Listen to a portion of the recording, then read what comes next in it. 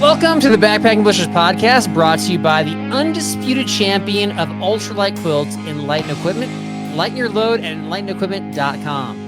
With me today is a man who still doesn't know the difference between the CIA and the FBI, Ben McAuliffe. How's it going today? It's going good. I don't know if it's because I've never been caught by the CIA or FBI. Not that there's anything to catch, but I don't know if I really know the difference. That's the only reason why you don't know the difference. Yeah, I've never been caught. Oh, I don't know that. There's a lot of people that don't know the difference. I don't think you need to be ashamed about that.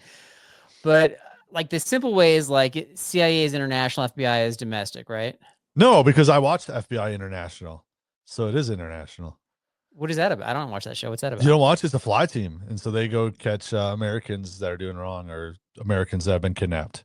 Okay, so, but that's still like it's domestic issues because it's like an American citizen. Yeah, like CIA is like international issues dealing with leaders and I don't know, assets in other countries, right? Yeah, I mean, I always think about that, like how fun that would be, but at the same time, I would be so scared all the time of being found out. Wouldn't you? Like you say something wrong, or just all of a sudden you're sleeping in your bed and they wake you up and they found something because you slipped up. Like to me, that's just terrifying. Like they put a black hood over your face. Oh gosh, yeah, and just take you to a black site forever. Yeah, yeah. Who wouldn't be freaked out by that? Of course. Yeah. So okay, well, I'll give a quick test. So, back in the 40s, Nikola Tesla passed away, and he was in a hotel at the time. Okay. Either the CIA or the FBI came into his room and confiscated all of his documents. And some people think there's all sorts of weird stuff or things that he developed in there, including time travel, by the way. Yeah. So which organization do you think it was? Probably was the KGB, Russia. Between the CIA and FBI, you think it's KGB? Yeah. Yeah. They were throwing it there. I mean, the CIA would be the logical one because that's the stuff that they do, but. Incorrect. No, it's domestic. It's inside the United States. And you still don't know what's in those files. I've watched movies where the CIA operates on American territories, and territory. I'm not saying that they haven't or they can't. I'm just saying like most likely. That was kind of my test, but whatever. I don't think we solved anything right there. All right. So speaking of the CIA, we have a counterterrorism analyst on our show that we're going to get to here in a moment. And so this is a different type of show because, we're talking about like the dangerous places in the world to go backpacking and getting kind of like his expert opinion. But we're also taking advantage of having a CIA analyst on, and we're going to ask him all sorts of stuff that might be like cliched or movie references or all that stuff, right? Yeah, I'm excited because I love watching the Jack Ryan series, the Mission Impossible, which I don't think is that CIA a form of the Mission Impossible is IMF. It's the Impossible Missions Force. I know, but it really exists. What is that under though? Is it like what branch? Might be CIA. I don't know. Yeah, so I don't know. CIA. I watched Get Smart. My dad always loved playing the Get Smart series, and that was a good one. That was Control. Right. So I'm excited. This guy, I think he'll be fun, and we'll have a lot of things. Yeah. What would be before hearing his answers? What's your top like country you think would be the scariest to go backpacking? To go backpacking in, I thought it'd be Iran because, and I've got we'll get to that in the conversation. But that was mine. What would yours be? I would think North Korea. Can't get in there, That's a good answer. Although, that being said, like, there's ways. I don't know if you can go backpacking, but there's definitely ways to get in North Korea. Right, with a backpack. That's a good one. Yeah. Okay, so. Yeah, and just full disclosure, because we're talking about, world, like danger around the world, and like it's going to involve terrorism. It's going to involve some of these countries are doing that's not so good, with kind of influencing America in terrorist type ways. It's still a family friendly show. All the language is clean, but there might be some references to some, violence that we don't typically have, or references to just illegal activities that we don't typically have. Again, still family friendly, but maybe for just something to be aware for younger kids. Just kind of heads up. Yeah. Sounds good. All right. Bible verse of the episode. What you got? Bible verse of the episode, John 8:32. And you will know the truth, and the truth will set you free. So I'm hoping he sets us free with some of his truths behind the scenes stuff. Maybe we can get some secrets out of him. Like some classified stuff? Yeah, I hope so. All right. Yeah. Well, we always tell our guests that if they say something they don't mean to, that we'll like edit it out. But At least we'll know, I guess, right? Yeah, yeah, we will. I don't know if we want to say that. I feel, Yeah. Can you block my eyes out now and change my name and voice? Yeah, that's right. That's right. All right. So here we go. We've got the 3 most dangerous places in the world to backpack and a lot more with Brent Giannotta. With us today is a former CIA counterterrorism analyst. He's guest lectured at top universities such as Harvard. He's worked in Congress and now authors the Substack newsletter Sleeping Giant. Brent Giannotta, how's it going today, sir? Hey, it's going great. I'm doing well. How are you guys doing? Excellent. Doing good. Excited to have you here. So Yeah. the number one question I need to know is, what does the CIA counterterrorism analyst actually do? Good question. So when you watch the movies and the TV shows, you're seeing agents, you're seeing operatives go out into crazy, dangerous places in the world and learning new languages and doing all the subterfuge and espionage. So their job is to get the information. Once they do, they go back to the office, they type it up from wherever they're at, and then it goes into a database. Now, as an analyst, my team and I, we dive into those databases. They're actually search engines. We can search whatever we want, and we try to find threats and make sense of them. So like we have to piece plots together. You have to figure out who is more dangerous than who. And then so you sort of like, you're an investigator, you're like a journalist. And then you turn over to being a writer because you have to translate whatever this threat is to people in the government. So military, White House, National Security Council. And they're supposedly, you have to assume that they're not experts on what you're talking about. So you got to like break it down, right? So get it down to their level, like give them a high level of what's going on and then get granular, but do it in like a very concise way, like as few words as possible. They're really busy. They don't want to read too much. And so, yeah, it's like kind of being like an academic and a journalist at the same time. Yeah. I watched Jack Ryan, the series, and he was an analyst, right? And a lot of time it's like they're like, he's a bad guy, and the politicians are like, why? We don't believe you. You know, it's kind of dumb. But is that what you do? You just kind of write like a couple of sentences like, it's a bad guy, let's go after him, or is it a little different? Do you use the phrase bad guy? I think is what Ben's asking. Finding bad guys. Well, so one of the things I think a lot of people may not know is there's a lot of threats coming in like every day, and the vast majority are fake. They're just Okay. There's this cottage industry where, okay, so let's say I'm an agent and I'm going to recruit you. So you work for, I don't know, you're in the government of like Bangladesh. You're like a government official. And so I want some information. Would I be an asset at that point? Is that what I'm called? You'd be an asset. Yeah. So this is perfect, Brent. You fit in fine because we like to role play. So just pretend you're going after Carl. Let's I'm a potential asset. I'm going after Carl. You're about to commit treason against your country by handing state secrets over to me, the U.S. government. So if you give me one good piece of information and then a second good one, then I'm going to have a deeper conversation with you that says like, hey, I'm going to tell you who I'm working for, and I want to pay you to keep this funnel going. Get all this information so I can send it back to U.S. government. It's like, are you open to this? If you say yes, then I'm going to handsomely remunerate you with lots of stuff. It could be just money. It could be vacations. It could be car, all sorts of stuff. So you can see how there's an incentive structure here to lie, to keep pushing like information. Oh, I see. That gravy train starts pumping, and then suddenly like northwards of 90% of the stuff we're getting is just fake.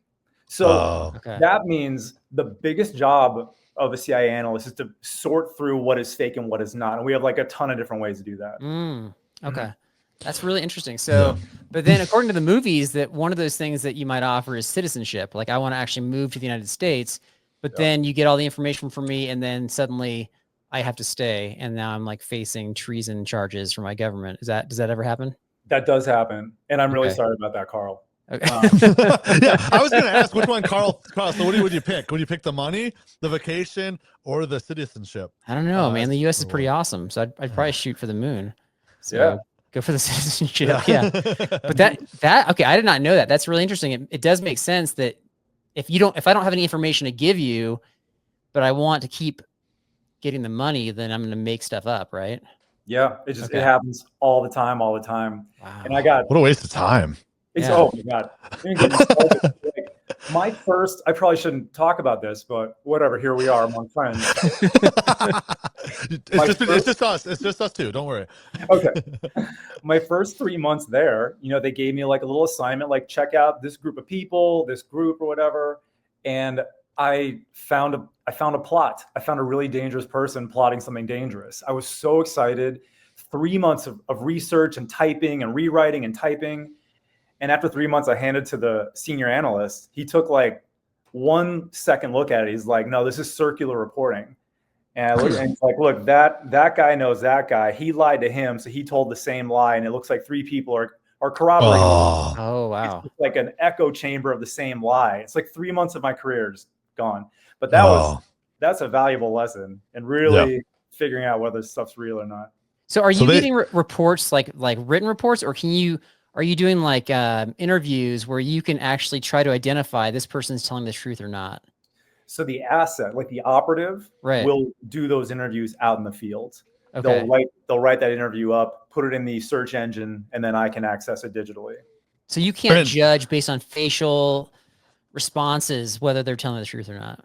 I rarely remember seeing a video interview of like a really because remember, I was working on ISIS in Syria and Iraq. So those people were like, most of those guys are like 20 years old, 23 years old. They're growing up in Paris or Belgium or the Netherlands until one day they just disappeared. Their families don't know where they are.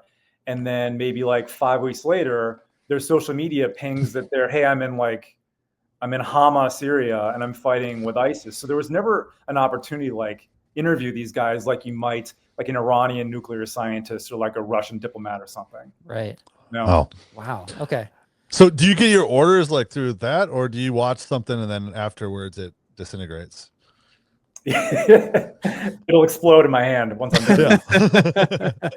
So the CIA was like the analytic core. I can only speak to that because that's where I worked. It was like an intensely, like deeply gratifying place to work because we had just like so much autonomy. So if you watch movies, especially from the 80s, like you're going to see a bunch of analysts typing in a row, and behind them is like a dude with his arms crossed, like pacing and yelling out orders. That's like pretty much the opposite of how it works. So my manager, he or she like doesn't give me almost any orders. Like I am given all the resources of the United States government and let loose with like a bullpen of 60 other analysts who, we studied security studies, we have law degrees, we have PhDs, just go and just find and then figure it out. And it's like, turns out to be a really efficient way to do national security. Wow. Okay. That's cool. Yeah. Well, along the lines of the question that Ben asked, I've got kind of a series of, I guess, like CIA type questions. You might call them some cliches or things that are associated with the CIA. And you already kind of revealed like where your expertise is, but I would imagine that in your level of expertise, there's different threads or avenues you can go down with, with trying to gather information. So I guess I got some quick hitter questions for you. Here we go. Did you work on mind control experiments with the MK Ultra program? Ooh, he's hesitating. I can't confirm nor deny. No. That's the later question I had for you. Okay. Is the security for the CIA knock list anything like the room depicted in Mission Impossible 1? I forget that movie. It came out in the 90s, right?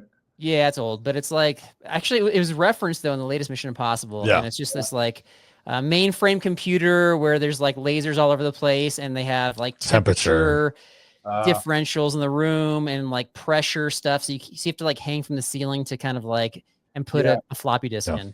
Yeah. So based on how often my computer would malfunction and how I need like a team of tech dudes like just shaking their head, be like, I've never seen this before. And I'm just sitting back like, I'm guessing that level of technology does exist, but I could be wrong. Who knows? That's hilarious.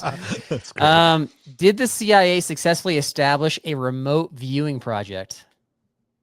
What does that mean? That sounds like a no on that one. Remote viewing is like, I'm in this room and I have some sort of like capabilities or powers to view something that's happening far away. So, and then to report about it, where I don't have any technology, like I'm not using satellite or anything like that. And there's even reports that people were doing remote viewing experiments on like Mars and stuff, and watching aliens like develop stuff over there. Aliens on Mars. Yeah. I mean, you never. This is the CIA, not NASA. But yeah, go ahead. This Brent. is through the CIA. This is a CIA program. I looked it up. What movie? What movie is this one from? This is just conspiracy theories in general. Okay, gotcha. Yeah. I mean, we could all imagine how that would be very helpful. Yeah. To the CIA, very helpful. How it physically works, like under the laws of physics, I'm not sure about that. But again, you never know. You never know. Right. You never know. I'll take that. Yeah. Last quick hitter question. Did you or anybody you know ever work as a man in black and harass UFO witnesses? Man, those poor UFO witnesses served their country valiantly from all the probing they had to undergo. I'm going to keep their privacy sacred. Oh my gosh. Wow. Okay. Well, thanks for enduring those questions. That's All right. ridiculous. All right, Ben, what you got? So I got to follow up to those cliches. Like, do you get any of the special cool tools that like James Bond had or anything? He's not the operative. No, I know, but he had access. He said he was like in other countries, just shelling out money and vacations and citizenship. Shelling out. No, I never got like the shoe that like, shoots the bullet. I kept asking, but they're always like, no, maybe next year. Okay. I didn't get. Yeah, I've been to this. Maybe next year. I've been to the spy museum, in Washington D.C. So that's why I asked. It's like they had the shoe phone and everything. We crawled through. I made my wife, who was like 9 months pregnant, crawl through the ductwork with me, so it can be done. But yeah, all right. So getting back on track, Brent, what are the most dangerous places or countries in the world, in your professional opinion? Okay, so one is not going to be too surprising. It's called Afghanistan. So just like hearing the word Afghanistan, you just like bombs and smoke and crying and violence. Yeah. Crying? If there's crying, it's dangerous. On me. Right. So Afghanistan is about the size of Texas, and it's a very, very mountainous country. Good for backpacking. Yeah, great for backpacking. Yeah. I'm sure it's gorgeous. I mean, so like if you're looking at the northeastern part of Afghanistan, is dominated by this area called the Hindu Kush. Right. And so that's going to be like the western part of the Himalayan range, right? Yeah. So it's like 500 miles of, sloping, like westernly Himalayan mountains. It gets up to like 17,000 feet over there. And Hindu Kush actually means the killer of Hindus. So I did not know that. Yeah, I looked this up. I guess back in the primordial times when slave traders were like dragging ancient Hindus through this area to Turkmenistan, like the climate was so inhospitable that like just thousands of them died. So it's like the killer of Hindus. So that makes sense. So it's like, it's a rugged area. Yeah. It's called the roof of the world for that reason. It's like the highest, mountain range in the world, or at least connected to it. So those are the reasons to go backpacking in Afghanistan, but there's a couple reasons not to. One is that it's run by an Islamic fundamentalist organization called the Taliban, who are like generally like young Muslim dudes, like really upset with the lack of developments or freedom in their country. So they decided to take it over and just kind of enact like a draconian kind of Islamic. To them, it's a paradise. If you get caught, talking with a woman who you're not related to, there's no due process. You just kind of get whacked. You just kind of get like kicked over on the ground and kicked. And these are by like the police. So like, that's no good. If you get kidnapped, like if you're an American, you're speaking English, you kind of look like maybe one of us. Ben, you might be okay. But for the rest of us, you get kidnapped and then ransomed. They could like film you to kind of scare the Americans. That's something that happens kind of a lot. Wow. On top of that, there's like a major water crisis in Kabul, and like some international organizations saying like Kabul could be like the first international capital that like loses water. So that's like that's bad. Once you run out of water, like death starts coming real fast. You say lose water, like they're gonna literally just be dry, no water in the capital. Yes, all the water tables have just been like abused, right? They're not kept up well. They're not allowed to be replenished. It's just like mismanagement. And so now, they're paying exorbitant amounts for like the dude with the water truck going by, like people just run out of their homes. Oh, just tackle this guy. So, yeah, it's a mess. It's a disaster. Wait, does that mean, okay, like thinking of like chain reaction events, does that mean if there's no water, then they're not gonna be able to water their crops, and maybe there's gonna be less like opioids in the world? Is that as a result? That could be Okay. a positive thing, but Other stuff's bad. I'm just thinking of like some like silver lining here. Dominoes, yeah. I appreciate that, Yeah. Carl. That's really important nowadays. Yeah.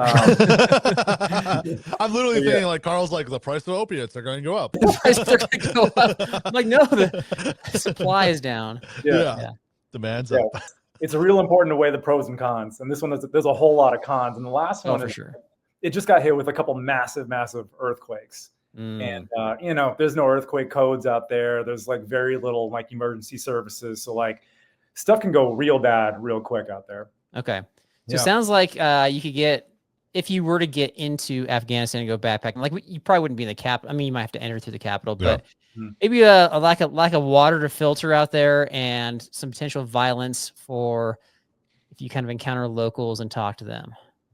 Yeah. Okay. Getting kidnapped by the Taliban government or by some other group that is just hungry and they're going to try to ransom you as a Westerner. Yeah. Okay. Yeah, that's what I was getting at. Okay. What's the going rate for like, say, like someone like Carl, you think? You know, I don't know. I mean, a pretty penny for Carl for sure. As a teacher, I think I've got access to a lot of funds. If you can teach a village how to speak English and do their taxes, I mean, that can be pretty valuable. Like you teach us for a couple of years, we'll let you go, kind of a thing. Teach us how to conserve water. Yeah. Once they get water. Yeah. Right. Yeah. Okay. All right. So Afghanistan is number one. What's number two? I'm going to go with Sudan. Okay. So Sudan is interesting because the Nile River famously goes through Egypt, and it's famously like the only major river on earth that flows from south to north and empties out into the Mediterranean Sea. Right. Well, it actually is three rivers. It's the Blue Nile, which starts in Ethiopia, and then the White Nile, which starts in South Sudan. And where they converge and meet into the regular Nile that you and I know, that little spot is the capital of Sudan. It's called Khartoum. And Khartoum is the Arabic word for the trunk of an elephant. So like if you invert this, it looks like, you know, an elephant's face and then the trunk. So there you go with that. Okay. Anyway, the highest peak in Sudan is in South Sudan, which is now technically its own country, but it's all just a mess of violence right now. Right. But just north of Khartoum, the capital, there's a place called the Sabaloka Gorge, which has bizarre rock formations and sandstone cliffs looking over the Nile River. So it sounds gorgeous, and it's only just a little bit north of the capital. So you could get there if you fly in internationally. Those are the reasons. Are we allowed to fly in internationally there? Like that's okay to do? Carl, you can fly anywhere. I don't think so. Yeah, flying anywhere it means like convincing members of that government to give you a visa or not. Right. And that applies to Afghanistan too. Like you can just convince them. Yeah, you can go. Those are the reasons to go to Sudan, but there are, again, some bad reasons not to. One is that in 2021, there was a coup that threw out the dictator's name was Omar al-Bashir, and he'd been in power for like my entire lifetime. He's this old Islamic, just like brutal dude, and he got into his 80s and everyone hated him. And so the army banded up with a paramilitary group and they kicked him out. Now he's under house arrest. So now you've got the army led by a guy named Burhan, and then the paramilitary group led by Hamedi. And you probably see where this is going. Now they're fighting with each other about who's going to lead things, basically. So it's just been like nonstop violence for the last couple of years. 150,000 people have died from violence. 500,000 people have died from famine. They estimate that 25 million people are they're like in extreme hunger. And they're also saying that the fighters are taking these like methamphetamine drugs. So they're like, they never have to sleep. They're more brutal than ever. So wow, superhuman. Yeah, it's real. It's fun times over there. So I wouldn't go to Sudan. Okay. Wow. No. Sudan. Gotcha. All right. Number three, what you got?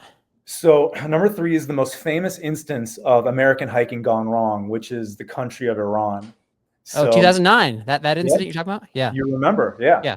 So for those who don't remember, there's three Americans, and they were living in Syria at the time, and they're on vacation, and they go across northern Iraq to Kurdistan, which is an autonomous area of northern Iraq.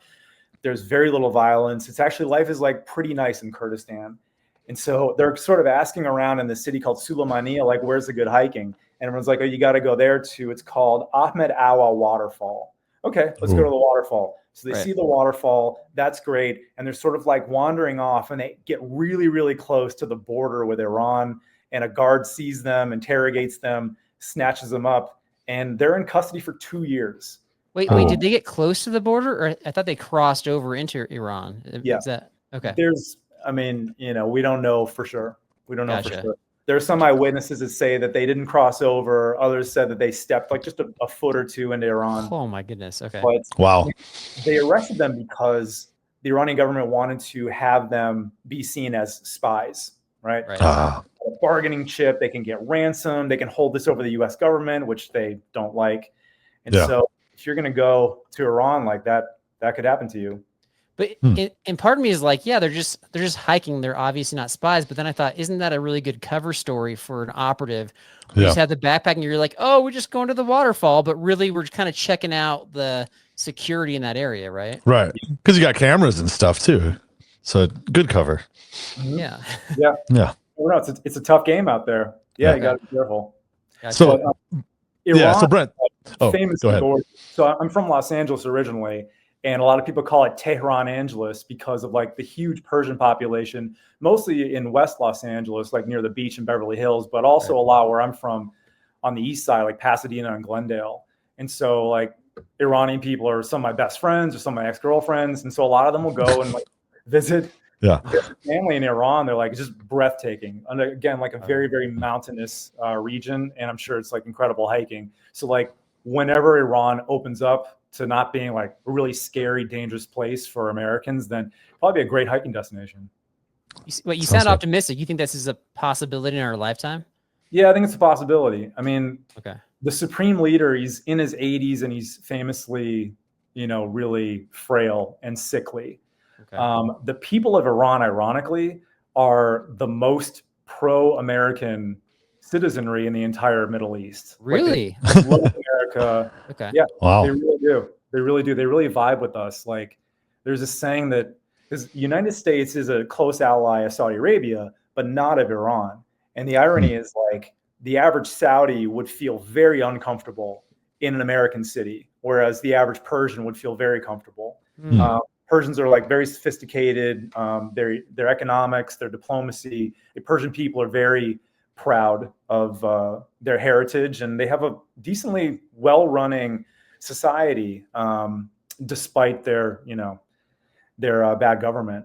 Okay, so Brent, you alluded to the fact that in order to if you want to risk your life and go backpacking in the most dangerous places in the world, you have to basically fly in, but you have to be able to get a visa from the country, or in the case of Iran, just wait until the supreme leader passes away. It sounds like it's a possibility. If somebody were to want to like break in, so to speak, to one of the countries and try to get in on one of the trails and risk their lives, how do you convince a government to do that? Without being, deemed a spy, I guess? If that was my operation, here's how I would do it. I would say that we are 3 filmmakers, and through our phones, we're going to film the natural beauty of this country and of its people, but in the wilderness. Oh, okay. You're flattering these officials of the government. You're like, okay, we want some positive press out there. We're flattered that, Americans would come around and appreciate what we have to offer. Maybe this boosts up some tourism. We could skim off the top. It's just money in the bank for them. So convince them that this is going to be positive press for them. They're probably almost certainly going to send like an agent with you to keep an eye on us. But as long as you can brave that, then probably might be good. So the agent would be somebody who's keeping an eye on us, but might also protect us against like local forces. Yes. Okay. You're negotiating for you, like go into the town first, be like, hey, I've got some Westerners out here. They mean no harm. They're with us. No big deal. Yeah. So it's kind of like a strange sort of guide, I suppose. Yeah. All right. Okay. Who's the director out of us 3? You're probably planting some seeds of excitement and adventure in some folks out there. Would you actually if you actually had the capacity to do that, to actually make a documentary, post it on YouTube, or whatever, would you suggest that that is a relatively safe way to enter these countries to folks out there? It depends on what we mean by relatively. I don't think there's a safe way. Okay. It's like bottom line safe. Gotcha. Like even with my brilliant idea, I still wouldn't do it. Right. Just like I've seen too much. I know what happens to people who get on the wrong side of these governments, you know? Okay. The top three are Iran, the Sudan, or the Sudan area in Afghanistan. I thought for sure there'd be some other ones like Syria popping up. That's interesting. Syria just recently stabilized. That's why I didn't include them. Yeah, so the civil war is like mostly over. An Al-Qaeda affiliate took over, but he seems to be somewhat moderate, at least as of now. So no widespread violence, probably okay in Syria. Better than it's been in a long time. All right, so go backpacking in Syria, folks. There you go. I don't know if I pass with my flip phone though. Like that might tip them off, you know? Right. We're filmmakers here. Okay. So you've read, you know a lot about just, you know, issues with terrorism around the world or issues with like our security here at home. So I've got 3 options here. If you could pick one problem to solve that threatens America, what would it be out of these 3? A, stopping the fentanyl crisis. B, preventing agro-terrorism like weird fungi that can devastate crops. Or C, banning TikTok. I was following you, Carl, for a while. I was like, I've been to These Mexico. are all security issues. I get the CIA one, but there, okay. Oh man. Oh, that TikTok one is so tempting. It's so tempting. Are you on TikTok? No, I'm not. I'm scared. Is that a CIA? Is that like a CIA thing, or you just chose not to? When I was there, we were strongly encouraged to stay away. Yeah, interesting. Yeah. We're not on TikTok. Our show is not. Just to clarify. Oh, really? Yeah. Okay. Yeah. Okay. I don't trust it. Yeah. Yeah. I mean, we're seeing with how Elon Musk can like twist the knobs on Grok to say one thing and another. Like, who's to say that Beijing's not doing the same thing for like the tens of millions of kids that are on there? Like, it feels like bad news. Right. And really, all 3 of those can be sourced back to, in a lot of ways, if I'm understanding correctly, back to China, right? Like China's causing all 3 of those. Maybe not 100%, but yeah, we're at risk as a result. Yeah, China's producing most of the fentanyl, half, something like that. Right. Wow. Yeah, and I heard that they're not even making profit on it. It's just trying to just get it into kind of enemy countries, so to speak. Really? Yeah. Is that a conspiracy theory? Is that real? I heard it on a different podcast, so I'm just repeating information at this point, like unverified. But I think it was from, I'm quoting the FBI director was the one that said that. Really? Yeah. Okay. Yep. Okay. Oh. So it could be. All right. So which three is the go biggest back and threat? like double check that fact now. Yeah. Fact checker. What's the biggest threat out of those 3 that you think is like, we got to take care of that one first? I mean, if you take care of TikTok, you're not taking care of the fentanyl issue, which is like killing people yesterday, today, and tomorrow.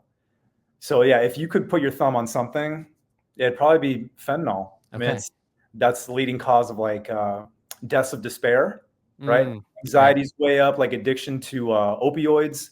And when health insurance cuts off, then like, where do you go? You go to heroin, you go to fentanyl to get that hit, and then you easily overdose, and then it's over. Like, it's terrible, like really, really sad. So yeah, for the short term, that's where I would go, and then start working on that TikTok thing. Yeah. All right. It's time now for our lightning round. So you've got 1 minute to answer as many questions as you can, and these questions are they could be anything. They could be about anything we've been talking about or something completely unrelated. Typically, we have people answer around 8-ish questions, so that's kind of our average, but we can keep them coming if you start spitting out answers. So the timer starts after Ben asks his first question. So Ben, are you ready? I'm ready. Are you ready, Brent? I'm ready. Let's go. All right. Does the CIA believe Bigfoot exists? No. A country you would live in besides the United States? Italy. Ever fooled the lie detector? No. On a scale of 1 to 10, with 10 being very likely, how possible is it that a guy like Jason Bourne exists? 6. Oh, favorite country to spy on?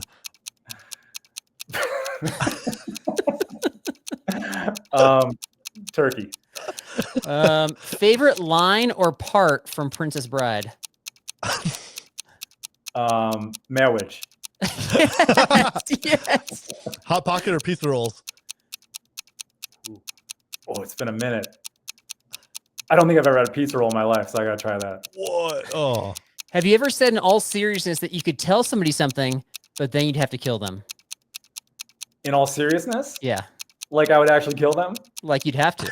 I'd have to? No. I have said that, but not in all seriousness. Okay. All right. And time. That oh was my great. god, that was awesome. All right, Ben, how many did you get? I got 4. So You got 4. So 8. 8. So Average. you hit the average right there, and you had some awesome answers. I'm average. Good. That was awesome. Yeah. I think we That's funny. I was don't just know. Yeah, go ahead. I was on Amazon last night with my family, and we found these Princess Bride shirts, and one just said "Marriage" right on the front. I'm like, I gotta get that one. That's awesome. All right, Ben. Anything he said that you want to follow up with? Yeah, the lie detector, he kind of hesitated, so I think he lied to us on that one. And then the favorite country to spy on, he just threw out like a pretty easy one, I think. Turkey. Like nobody cares about what's happening in Turkey. So Nobody cares. There's a lot in Turkey. Turkey's like a yeah, the linchpin to worst a lot thing of that things. happens is they like they take advantage of us Americans by raising prices on their rugs, so On their rugs. yeah, Okay. the Turkish rugs and towels. Turkish rugs. Okay. Yeah, you said that 6. You rated it on a scale of 1 to 10, with 10 being very likely, 6 that Jason Bourne exists. So that's some sort of program where you have like a trained operative that's like almost like brainwashed, right? Yeah. I mean, so you brought up MK Ultra a little earlier on. Right. Not a conspiracy theory you don't love. So that was famously exploring opportunities for mind control back in what, 60s or whatever it was. Yeah, I heard, and I thought it went into the 80s, but then I've also heard that it's like, well, if the program's working, even if they say they end the program, it just kind of like morphs into something else. So Yeah. Not that I have any information about that, but that's just what I've heard. Mm-hmm. Yeah. So the intelligence community also experimented with psychedelics. Right. Yeah. To try to get like certain information out of people. And these are experiments, and they're experiments just like any scientist would do them. So like some are going to like work, some are not, and some are going to like fall in between where like there is a use for them, but it's just like not in the national security realm. Right. So with the Jason Bourne character, I would guess with pretty high confidence they've tried to do something like that. Wow. Try to like train and like use a bunch of technology to like enhance a human being to be a super spy or a super, assassin or something like that. Yeah. Did it work? Probably not to the way that they wanted it to, but did they try? I kind of hope they tried. Like, I want you to protect me and my family, my loved ones, and people in my community. So like, try everything you can, right? Wow. Yeah. Okay. That's what would you name him instead of Jason Bourne if you had to choose? Something like Ralph, like something, not non-threatening. Cool. Yeah, yeah. No one's threatened by Ralph. Hey Gary, how are you doing? Yeah. Yeah, that's interesting. Okay, anything else you had there, Ben? No, that was I was surprised that the CIA doesn't believe in Bigfoot though. With you analyzing everything, you've had to come across something close to. Ben thinks that Bigfoot is a terror threat. Basically, that's why counterterrorism might apply to this situation. I mean, would you consider him a terrorist? Maybe going after campsites and people. Has he been terrorizing you in your mind, in your dreams? We don't hear much from him anymore. Okay. Anymore. If he pops up, there's going to be an analyst tracking him. So yeah, that's assured. Yeah. Gotcha. Okay. Does the CIA have its own version of like the X-Files, like this mysterious files or something? Mysterious files. Well, so there's like really, really sensitive stuff. Okay. So I had like the highest clearance you can have, but a lot of people have that. And then once you're above that, then there's things called compartments. And so you have to be read in, which means like a CIA lawyer pulls you into an office, closes the door, locks them, and then reads the script. And then you sign. Be like, hey, this is like more important to keep secret than what you normally see on a daily basis. Okay. And you're being allowed to see this for one reason, because you are on this team that is trying to do this. So those are compartments. And I was read into a couple of them, but like people who sat around me were read into like 9 or 10 or 11 or 12. Right. And they couldn't even say what they were reading out loud. Right? Like they couldn't even give you a topic. So there could be a Bigfoot topic, you're saying. Gotcha. You just wouldn't know about it. Everything is possible Okay. in that realm. Yeah. Gotcha. So I'm on the fire department, and we get sent to fire camps and this, and I have 2 rookies that work for me, and it's their first fire camp we just got back from, and they're just stoked to go on no sleep. They don't know what to expect, and they're just grinning. Was that how you were when you like they asked you to be read in the first time? You were just like grinning, like this is awesome. I'm learning a secret. It is. Yeah. In the beginning. But then you look around and like, I look at myself and I'm wearing like a suit and the guy in front of me is like the nerdiest looking dude I've ever seen. Yeah. And Right. a pocket protector. And it's like, okay, that takes a little mystique out of it. And then back into my office and people are just like doing nerdy things and talking about nerdy stuff. Like it's a bunch of nerds. And so like, well, okay, that brings you back to earth. Right. But I would find it difficult because if I was rated on something or I had access to information that I'm like, this is crazy or really interesting, but you just simply can't share with people that you know, it'd be like so frustrating. Yeah. Yeah. Well, He's like, I want to tell you. So what is something that people believe about the CIA or conspiracies around it that are far from the truth? a big one is that they think the CIA spies on people and things in the United States, which is like, it's illegal. It's not a thing. Okay. We are a foreign intelligence organization, so we're really not allowed to. You need like really like super high level clearance to do anything even remotely close to collecting on Americans. Now, that's not to say, so the FBI is the #1 law enforcement agency. So if there's an intelligence threat or a plot or something in the United States, that's the FBI. They're handling that. Yeah, that wouldn't be CIA. Yeah, that wouldn't be CIA. So you're saying that if that were to happen, it would be the FBI. Yeah, and we just get blamed for everything. You know, anything weird happens unexplainable, it's the CIA. Well, like I never touched the United States in my entire career, so it's only abroad. Yeah. Yeah, there's another. Yeah. So like I think I heard on a different podcast how conspiracy theory about like how the remote control vacuum cleaners, the Roombas, like they map your rooms and map your house. It would be the FBI that would hack that information and have that information, right? Hacking your vacuum. So I worked with the FBI and they've done some good work, but man, they're not the tech guys that are capable of doing things like that. They're former cops and former military. Not that they can't be good and smart and techie, but I see a lot of knuckle dragging over there. So I don't think they would. I don't think they mess with Roombas, but you never know. It's a slow day at the office. Oh my gosh. How can we keep up with you? Can you tell us like how we can follow you or keep track of just the information you're putting out there? And yeah, thanks, Carl. I'm writing a Substack called Sleeping Giants, and I'm trying to put out stuff that.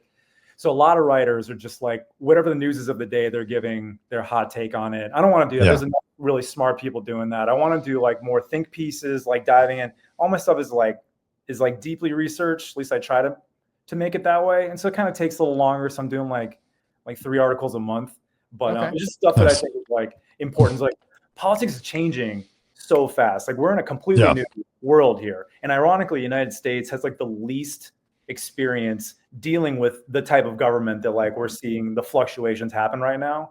And I've seen a lot of like really, really smart older commentators who I like love and respect. They're flailing. They don't really know how to categorize what's going on, how to respond to it. It's kind of like regurgitating old ideas that maybe would have worked 5-10 years ago, but are clearly in my eye not relevant anymore. So that's the kind of like gap I'm trying to fill with my Substack. And I just love as many subscribers as possible so I can get a book deal and then just like dump my brain into a book and then get it out there to a lot more people. So that's what I'm trying to do. Okay. So so we can link that in our show description, right? Where your Substack is. Right. Yeah. Okay. So if you were to get a book deal, like what would be the title of your book, do you think? Ooh. Well, you haven't come up with it yet. No. Title's supposed to be the last thing you come up with, right? Is that right? Yeah. So you start typing with one idea, and then as you type, it kind of morphs a little bit. And then at the end, you're done writing. You're like, oh, this is what it is. Now I know what title to give it. Yeah. It's like an old writer's trick. All right. So like I said, we'll have that link in the show description. But Brent, man, this has been an honor and a pleasure. Thank you for everything you've done to support our country and what you continue to do. And thank you for taking the time to join our show. Hey, thank you guys. Thanks for having me. This has been really fun. You guys are great at this, and I hope you keep it up. Oh, thank you so much. Sure, you've been awesome, man. Thanks. All right, my friend, what'd you think about that? I thought it was good. I do got a little pickle beef to pick with you, though. Right before we recorded, you're like, hey, you got the first question. Ask it almost right away. And I said, oh, and I kept stumbling over it. Wait, are you saying ask number one as the first question? Like, and you had a problem with that? Yeah, I did. Because I was like, I'm stumbling over it. I feel like you made me ask the first question because you couldn't do it. And I stumbled over it. I know I did it. When I introduced him, I used the phrase CIA Counter-Terrorism Analyst. I said that phrase, and that's the exact phrase you stumbled over, right? Because I wasn't even listening to what you were doing because I was in my head doing it. I stumbled over You're practicing in your head. Yeah. So I needed it, I guess, a couple more times. But right. no, he was fun. I wanted to keep asking questions about the CIA and what they do and the agents and all that stuff. So yeah, he was top notch. He was one of my favorites for sure. Yeah. I could have kept talking to him as well. In fact, after we were done chatting, I told him, I was like, hey, I'm not sure, how many people are going to go to your Substack, but if it's worth your while, if you get, basically clicks or subscribers or whatever, and it's, worth it for you to come back on, we'd love to have you back on. So we'll see. So yeah, please check out his stuff if you're looking for kind of the current temperature of the world. So yeah. All right. Big takeaways. Anything you want to react to specifically that he said from any of his stuff? Well, we should talk backpacking a little bit. What do you think of his top three? I mean, he knows more than me. Let's just be honest. Yeah. Like some of the stuff he was saying when he's like describing geography, I was like in tune with him, but even then he still was revealing details and things like about the Hindu Kush that I didn't know, like what that meant basically. And yeah, so a lot to learn there. So I guess I would trust his judgment for the top three. I want to know if those top three were on anyone's top three to go, like their number, like 1, 2, or 3 for backpacking destinations, because they're not on mine. Well, I don't know. I mean, without the water in Afghanistan, like that's a concern. I didn't actually know that. Yeah. But just in looking at pictures and things from the mountains of Afghanistan, I'm like, like I would, if it was safe, I would want to go there. Yeah. Yeah. And he was describing areas that sounded beautiful to go to. So Iran sounded nice too. Yeah. So I don't know. Yeah. Did you have a different reaction to that? No, they weren't even on my radar of top ones other than Italy. Afghanistan wasn't on your No, because I watched the movie 12 Strong where they're like backpacking with Chris Hemsworth is like backpacking there. And they're trying to do stuff and it looked really scary with all the insurgents. Right. So yeah, I think for me, when I asked him about the backpacking, his top three, I think Italy would be mine because I'm not a big Vietnamese food. So I think the Italy place would be better to go. Right. Okay. Yeah. Fair enough. What about you? What was your good takeaways? Yeah, I'm trying to think if there's anything. He was pretty honest about all the questions I was asking and like the MK Ultra program and stuff. I don't know. I know a little bit about that, but I guess it was, I'm trying to think of the big takeaways here. I think what I found the most interesting was that when I asked him about how to essentially break into the countries, I just thought he's going to give like a general answer, like, well, as long as you can maybe have some sort of advocate on the U.S. side or have somebody on the other side that kind of can vouch for you. You don't have a criminal record, things like that. But he actually had like a scenario of like, this is how you can prove to them that you're worth essentially having like a guide to take you around. Right. And so filmmakers. I thought that was like a really good answer. Yeah. And but yeah, it was just fun talking CIA stuff and just learning about kind of just how a little bit of the behind the scenes of how they do stuff. For sure. Yeah. Kind of reading people in. So yeah, that was cool. That was cool. Okay. So if you were to ask him another question, what do we miss? Anything, please let us know and maybe we'll circle back at a later time. All right. So I've got a couple tidbits to kind of wrap things up for today. Just some reactions to some previous episodes, and we had an episode on like controversial ultralight tips and tricks. Okay. And let's see, it was Ed from YouTube suggested another use for the buff was to wrap it. You're still bringing up the buff. I mean, like, what is it? We're on season 8, so 8 years later. Yeah, still a thing. Every year. He said to put it around your thigh. so that I think it was like to keep either your thigh warm or to like keep it from rubbing against your other thigh inside your sleeping bag at nighttime, so to prevent chafage, something Okay. along those lines. What do you think about that? I could see that. I mean, if you got thicker thighs that rub, I think rubbing around there so they're not rubbing. Maybe switching up if you're, your underwear or something might help too. Maybe no more tidy whities, or something. Yeah, like maybe go to boxers or briefs that hang down a little Boxer lower briefs, to help it. Yeah, for sure. Or For sure. stop. Yeah. So yeah, and people still get, just to clarify, people still get confused about my take on the buff. I'm not saying that it's not a useful tool. Yeah. I'm just saying it's like not worth the money. It's like highly expensive. So anyway, but would you put it around your thigh, have it drip all that sweat, and then like wear it on your head again? yeah, Or, I don't think I sweat a lot when I'm sleeping. Do you? Yeah. No, I don't. Okay. That's disgusting. All right. If I am sweating a lot, I'm probably out of my sleeping bag, and I'm probably not adding things, adding clothes. But Yeah. all right. Big T Outdoor Adventures asked the question: is the term tidbit something a boomer would use? Kind of in reference to our baby boomer episode. I don't really know. What do you think? I don't know. I've never even thought about it. That's a little too much for my vocabulary. Yeah, I think he's saying that because we were picking on the boomers for one of those episodes. But Yeah. really, if you listen to the whole episode, we picked on like every generation. Right. And a lot of the information we picked on with the boomers was provided to us by boomers. So I don't think anybody's really bothered by that. But Yeah. sure, I don't mind using some older, like old soul terminology there. Yeah. Like, what else would you call it besides tidbits, or like parts and pieces of things, reactions, like Right, a here's little bit the of thing. everything? Like, what would you call it? I mean, I don't know. Like just gossip. I don't know. Now for our gossip section. Tidbits is fun. It's mid 17th century. So just so you know, I There you did a go. quick dive on it. That's funny. All right. Well, that's all I got. You got anything else? No, just remember, if you're not analyzing your backpacking trip, the CIA will. All right, everybody. Have a great week and God bless.